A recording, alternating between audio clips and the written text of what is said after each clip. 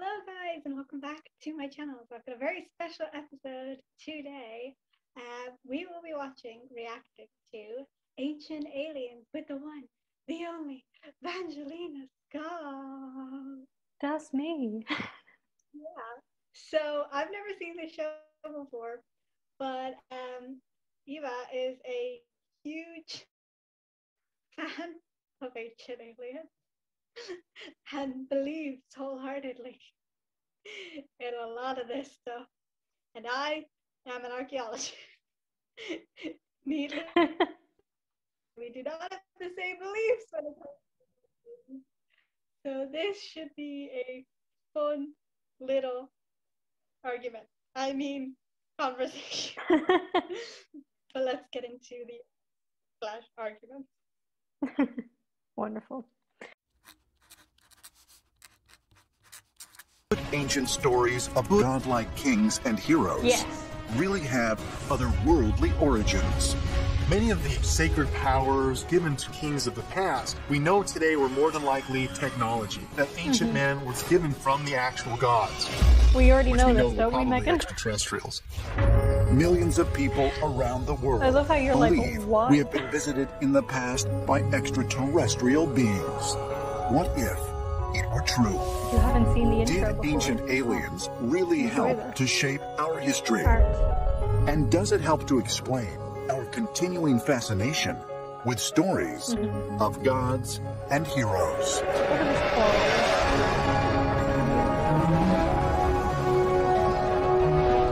I'm just gonna click the skip. Watch it.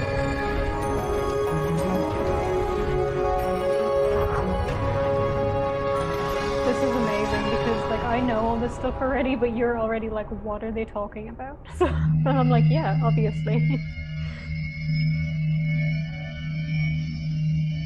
Yeah.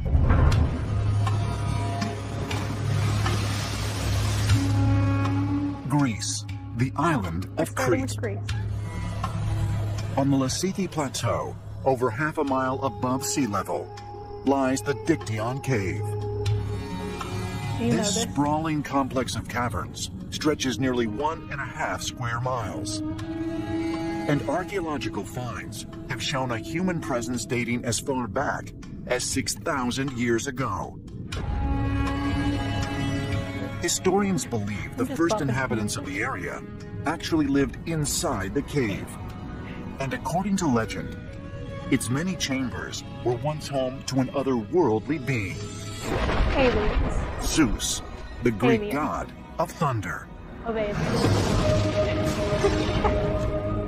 In Greek mythology, Zeus is the son of Cronus, the king of the first generation of gods, known as the Titans.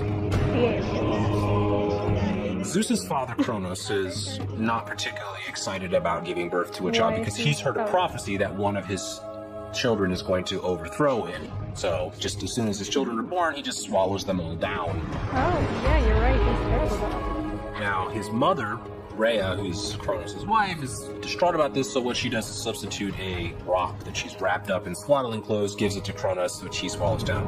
And what she does is hide Zeus away. I would like to note that it took her like 5 children to do this. He swallowed like a bunch of kids. Then when it came to the last kid, she was like, oh, rock.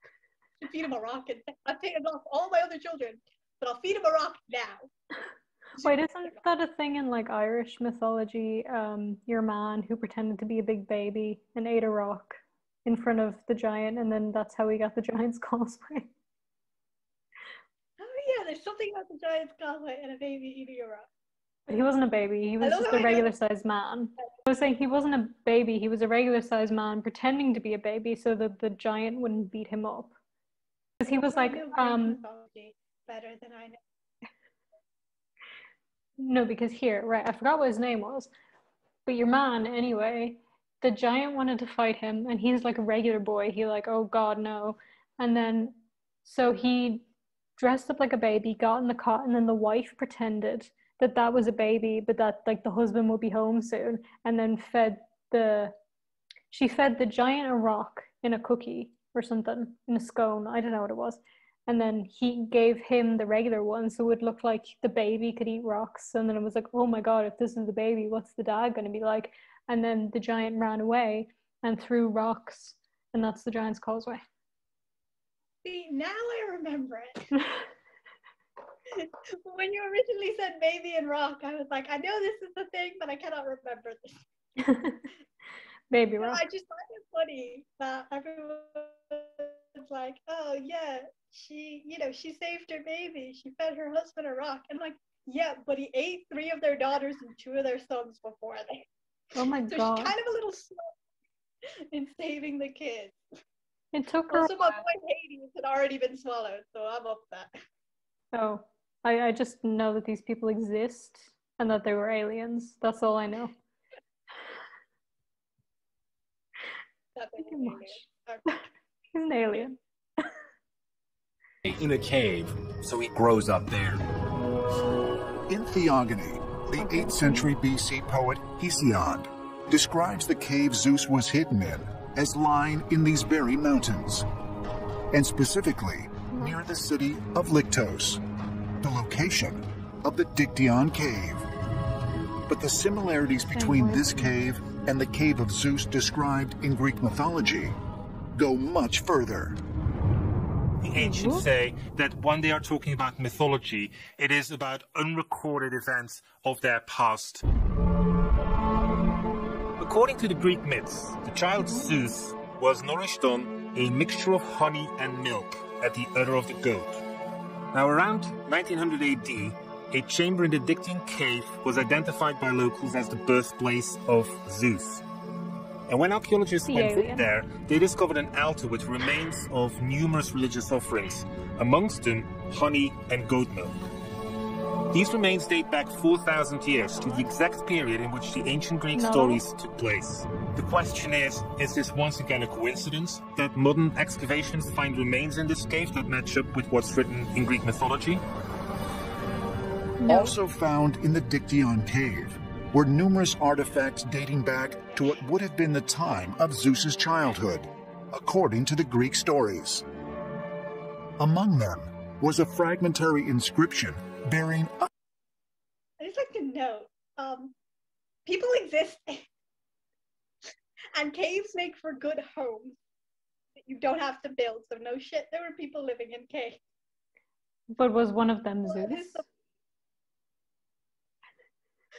Confused by what point they're making. There was people in these caves back when we think Zeus was in this cave, and I'm like, no shit, it's a cave. People live in caves. The point was that there was an altar with religious offerings of honey and milk in the cave where Zeus was apparently born and brought up. So does that not mean that they're offering it to Zeus? No. Why? Because the locals thought this was the cave where, they're offering it to Zeus, the deity, not the alien. No, they're clearly offering it to the alien. Like, the locals thought this was Zeus' birthplace. No, listen. They thought this was Zeus's birthplace. Obviously, they could have... I think there's a delay, by the way, but listen. So, you know how when Santa Claus comes, you leave him milk and cookies. When aliens come, you leave them milk and honey. That's how we know that Rupi Kaur is an alien. That's why her poetry is just so bad, because she can't grasp human language. Okay. To be honest, I actually don't know what point they're trying to make either. I'm just trying to argue for them at this point. Just argue for the sake of arguing. Exactly. I love how they're like, this is the place where Zeus was born. So they're making offerings. I'm like, no shit, they're making offerings. They thought this was the place that God was. What point are you making? The point is aliens, Megan. Keep up. Aliens, god damn it. Yeah, clearly. Could the Dictyon cave really be the cave described in Theogony? And if actual locations from Greek mythology really do exist, they do. Could legendary characters and events also be based on historical fact. We think of mythology as something which has been invented. In Greek mythology, the War of the Titans is a celestial battle waged by Zeus and his siblings, known as the Olympians, against their father Cronus and the Titans. I was trying to remember what the half things were called. The Olympians, who are the victors in this battle, were the gods worshipped by the ancient Greeks. But according to ancient astronaut theorists, these human-like beings may have been something other than divine, and this mythical war may have been an actual historical event. Yes. To support this claim, they point to the existence of similar myths and stories told by different cultures throughout the world. When it comes to warring parties of gods, Greece is not a standalone issue. We have the same thing in Ragnarok. In Norwegian mythology, we have this idea that the gods fought amongst themselves as well. Yeah, because humans. We also have stories from Sumerian, Babylonian, Hittite accounts where it says that the wars were fought between gods. We see the same story of Titans being overthrown by a new set of gods in the Sumerian epics of the Anunnaki coming here as the original culture in ancient Iran. So these similarities tell of a warring race of beings. The Anunnaki is one that I know a little bit about, right? They're like the original story of gods coming down and creating mankind by basically changing mankind, right? But the thing is, the Anunnaki story and then like the Viking gods and the Roman gods, they're all the same gods, just like this is this version of this one, right? And they all have the same story of fighting, but it's like the same story. How do you explain that one?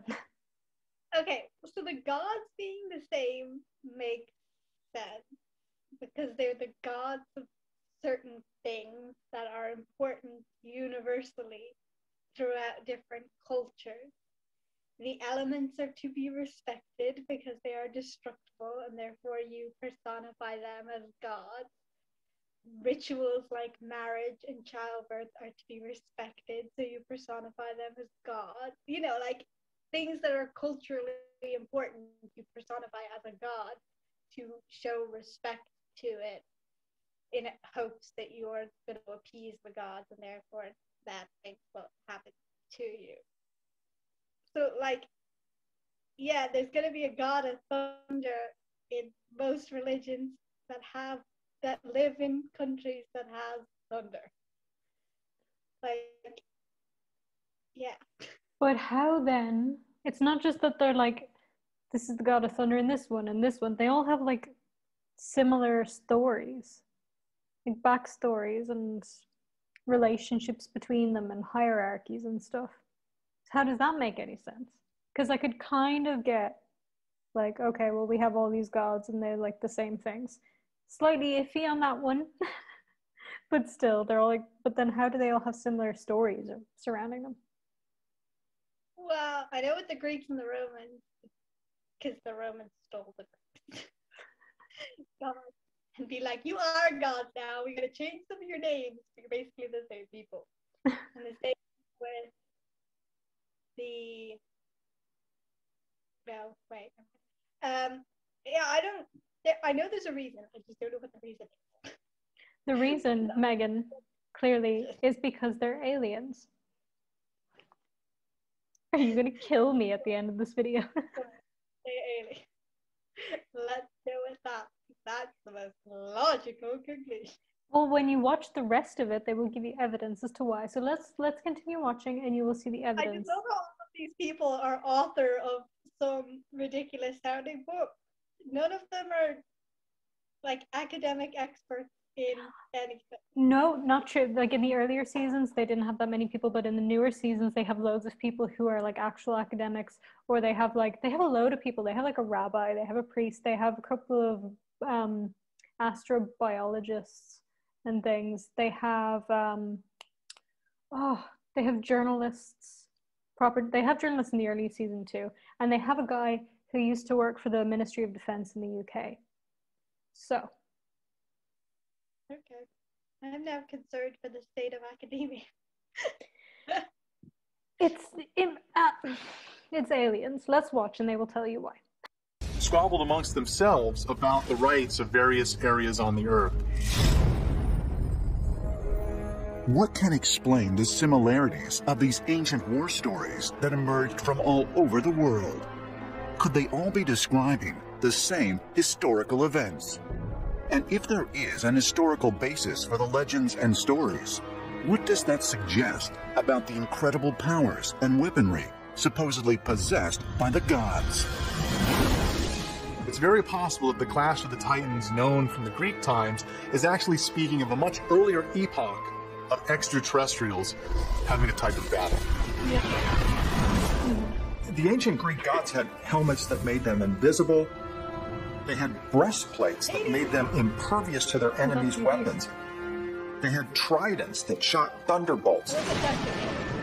They had winged sandals that gave them the power of flight. These are all profound examples of an ancient alien technology that the Greek gods possessed. If mythical gods and monsters really did exist, were they, as ancient astronaut theorists believe, extraterrestrial beings?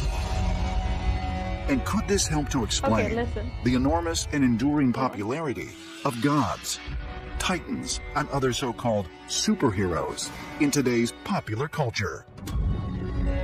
There's so many different places where the characters are superheroes. Just a brief note, right? I know this sounds ridiculous the first couple of times you hear it, but you watch enough of it, you read enough of this stuff, and you're like, actually, this makes sense. I'm just saying. I can understand how that could be possible. Sure. Let's move on.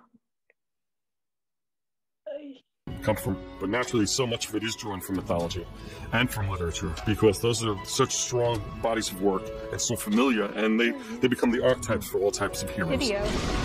The stories exist partly because we want to dream of such powers. We want to imagine what might be possible if we had unlimited dominance.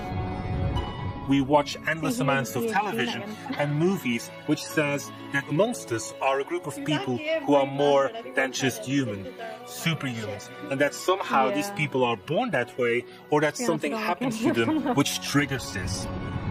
But basically the underlying subconscious message really is that we are capable of becoming gods.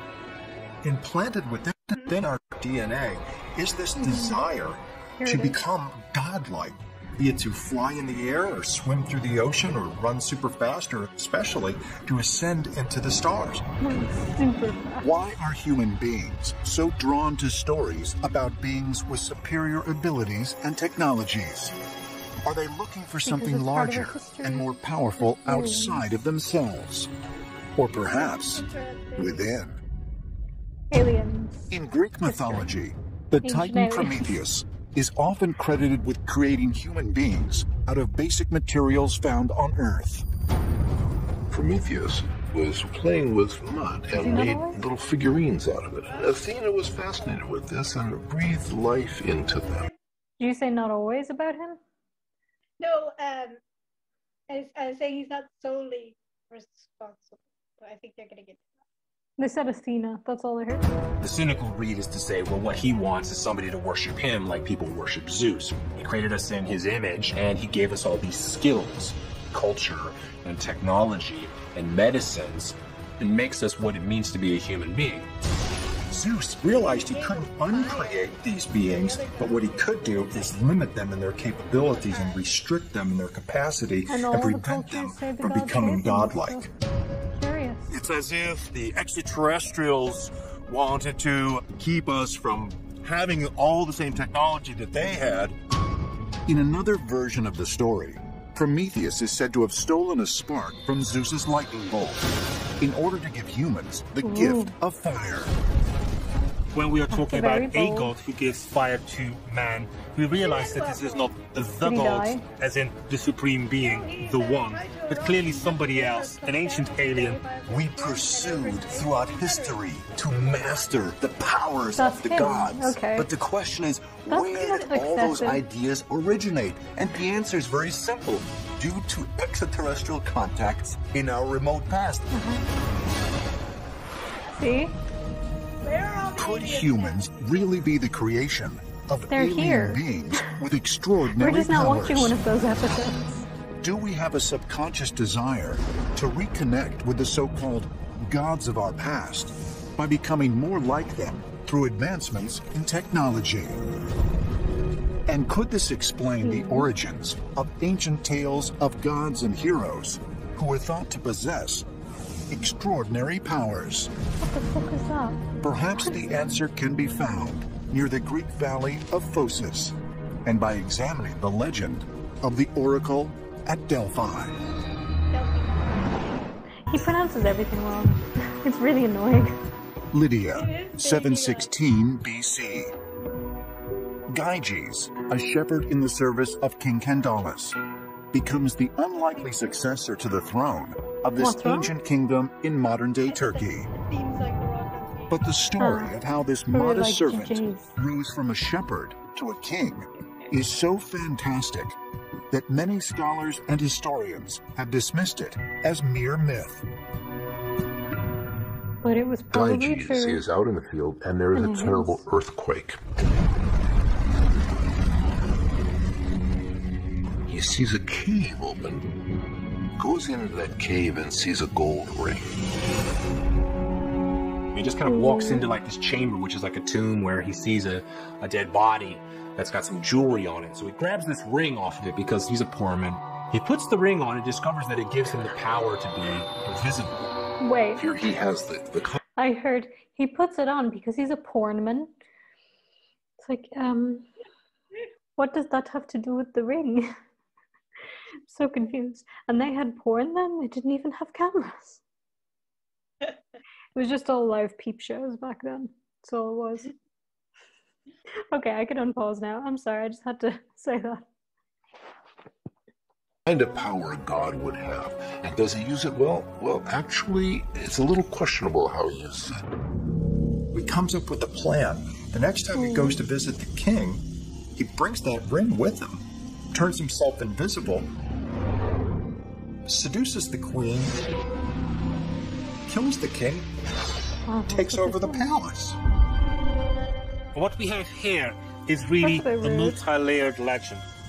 We have not only the story of the fact that somebody in the past had the cloak of invisibility, but actually that he did not invent this, but that this was a legacy from a race who had buried dead, and that alongside these dead were artifacts which were technological.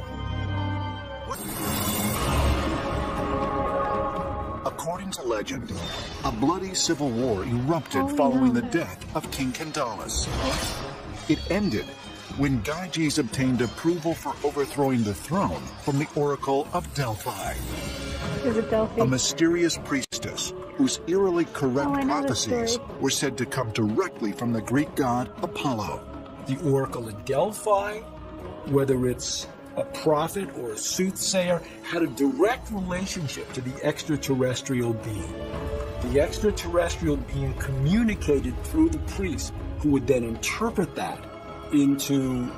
I've been to Delphi, and when I was there, I haven't looked into this, but when I was there, the tour guides who were with us were saying that, well, first of all, a lot of the time it was the priests at the temple that you like communicated with, not the actual like female priestess who was considered the Oracle of Delphi.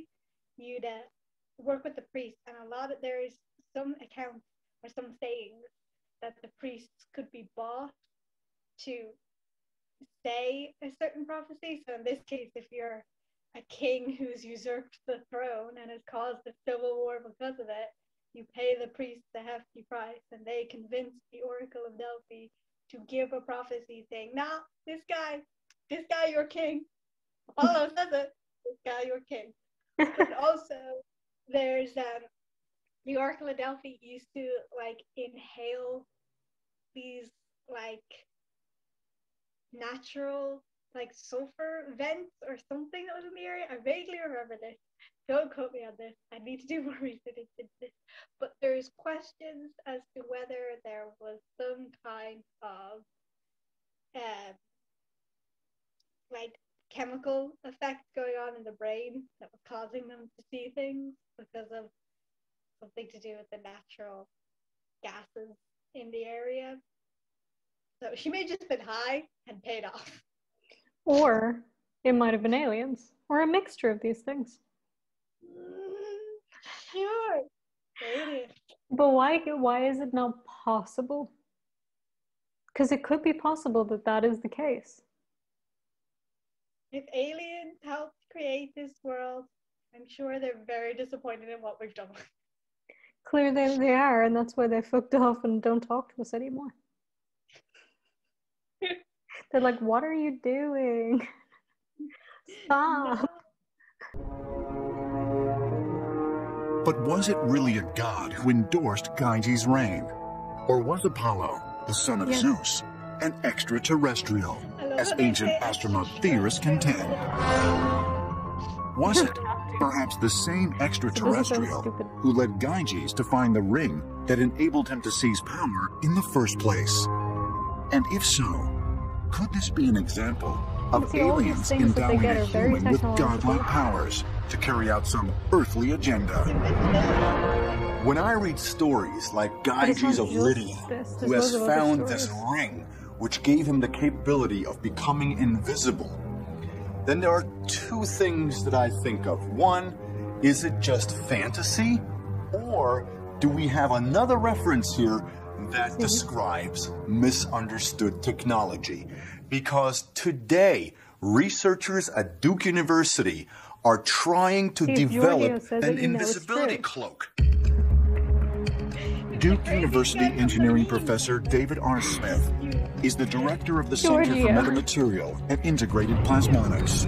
That's kind of cool. An actual cloak of invisibility. Though still in development, researchers in Japan have designed an optical camouflage system that makes special reflective material seemingly disappear, including the person wearing it. I don't understand how it works, bringing us but closer I like to achieving a fully functional invisibility the aliens cloak, watching us like the one described in the story of Gyges. Could this mean that other, seemingly far-fetched devices of fantasy, like flying carpets and magic wands, are also based on science? And if so, might they have been used in the ancient past, perhaps in the hands of extraterrestrial visitors? Just because we are working on these technologies today does not mean that we are the first. I mean, materials, because they we rust find and they decompose multiple references in lost. ancient texts that Technology, describe devices with which you were able to go invisible. Still made out of metal. If you leave a computer so much of our storytelling deals with the fact that what we deem to be magic can really be science at a different time. If legendary tales like the story of King Gyges could be proven to be real, what does it suggest about other fantastic stories of gods and titans? A lot of Turkey. Hisarlik, Turkey. Possibly. Within this archaeological site lie the ruins of Troy, a place once thought by mainstream scientists. What's wrong with Schliemann? Boy, Schliemann done fucked up that site, mate. His excavation methods were rather destructive. And I'm fairly sure he threw away anything that didn't match his hypothesis very well. Also, the things he found that he did called Priam's treasure are like not from the layer people consider to be Troy. So, like, no one, obviously, like, the Troy of the Iliad isn't real, because they've done studies on, like, the book 2 of the Iliad is all about, like, all the ships that left Greece to, like, go to Troy to start the war with all the Greeks and, you know, everyone on them. And someone did the math, and they were like, there's no way that many ships could have been built, right? How many resources all these different kings and stuff had at the time. So like it's exaggerated and stuff. But so they're like, okay, it is possible that there was a great war that went on in this area of the world, and that this great war went on for a number of years, and that, you know, it got passed down through oral history and eventually, you know, got exaggerated over the years, because as oral traditions do, they get changed and exaggerated, and it eventually became the Troy of Homer and Achilles, you know, of Homer's Iliad or whatever. But like, so this site may have been the site of the war that inspired the Troy story. Might be. No one's ever confirmed that it is. Might be. But it still wouldn't be the Troy of the Iliad, because that's a fabrication or an exaggeration after hundreds of years of telling this story over and over again. And then also the layer that Schliemann excavated has been proven to be later than Troy, because they excavated down further and they found the layer that would correspond with the time period of the Persian War. So he was wrong. He also destroyed a lot of shit. So Schliemann Schleiming. And he stole that Priam's treasure. He outright stole it. It did not belong to him. He took it out of the country. He stole it. We do not stand Schliemann. But here, listen. So even if this isn't Troy, right, this place, this isn't the thing, how can we know for certain that that Troy does not exist? Because, and I know you said they did the maths and they couldn't have built that many ships, but they could have if they had alien technology to help them build these things, just like the pyramids. You couldn't have built them in the time frame that they said either. But you could if you had alien technology. I'm not getting into the pyramids because I don't know shit about the pyramids. Well, in this example, how do you know they didn't have alien technology? You're trying to prove a fact, and proving a fact is much more difficult than disproving. No. I'm not proving. Saying that it could be aliens to anything. But I'm not trying to prove, I'm hypothesizing. It is a possibility. Can't say that it's not a possibility. It's also a possibility that the sky is just a dome and we live in a snow shaker thing. How do you know we don't? Aliens. Look, all I'm saying. Our conversation goes, I make some very well thought out, proven scientific fact, and you go, but alien. No. And I have no response to that. No, but here's the thing, right? Like, okay, theories are there to be disproven. So the theory is that they could not have built the ships they needed to get to Troy in that time frame. Fine, we cannot disprove that as of now unless somebody comes along with better maths, but you and I are not mathematicians, so we won't be doing that. But if aliens came down tomorrow and showed us video evidence of all these historic things and like how they built these ships, that would disprove it. So all I'm saying is there's a possibility that that is what happened, because there are a lot of stories of things that it's not just us saying the aliens built it. Like everybody's like, oh, the gods built this. The gods built the pyramids and blah, blah, blah. And the gods are aliens. Okay, sure. Yeah. Be no more than myth until Heinrich Schliemann unearthed its remains in 1871. Here, in the 12th century BC, the ancient Greek city was the center of the Trojan War, a Greek battle described in Homer's Iliad. Okay guys, I hope you really enjoyed that. And so that's just the first part of this video though. The second part of this video is going to be over on VangelinaSkov channel.